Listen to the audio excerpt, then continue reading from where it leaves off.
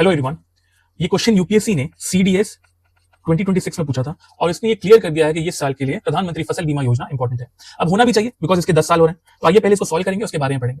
तो पहला हम ये देखेंगे कि यूपीएससी के जो तरीके हैं सॉल्व करने के वो अभी भी काम करते हैं कि नहीं। तो consider the following statement with respect to Pradhan Mantri Fasal Bima योजना।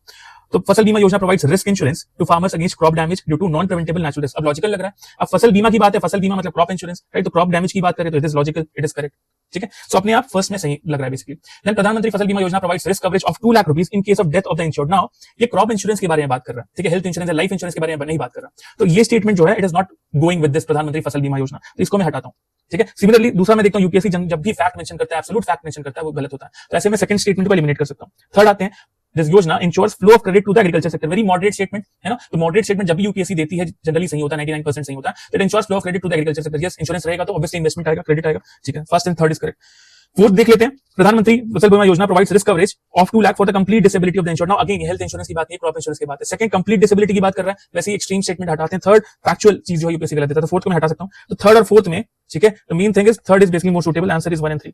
नाउ इस साल के लिए इंपॉर्टेंट हो जाता है आपका प्रधानमंत्री फसल बीमा योजना।